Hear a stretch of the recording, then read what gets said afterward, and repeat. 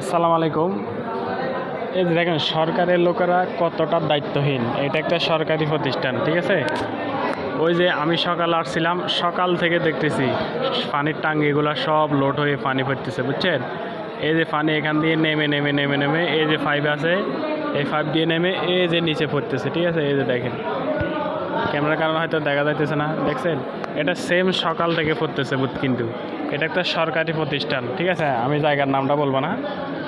তো এই সরকারের লোকেরা যে কতটা দায়িত্বহীন আমি এটা দেখানোর জন্য বুঝালাম আর কি। যা এখানে যারা দায়িত্বে আছে এগুলার কেউ না কেউ তো এখানে দায়িত্ব আছে, ঠিক আছে। কতটা দায়িত্বহীন হলে সকাল থেকে এভাবে পানি অপচয় করে।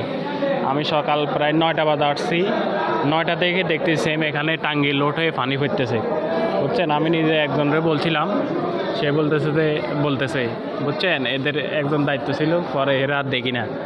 তো দেখেন, এটা হচ্ছে আমাদের সরকারি মনে করেন ইয়াদের প্রতিষ্ঠানগুলোর অবস্থা।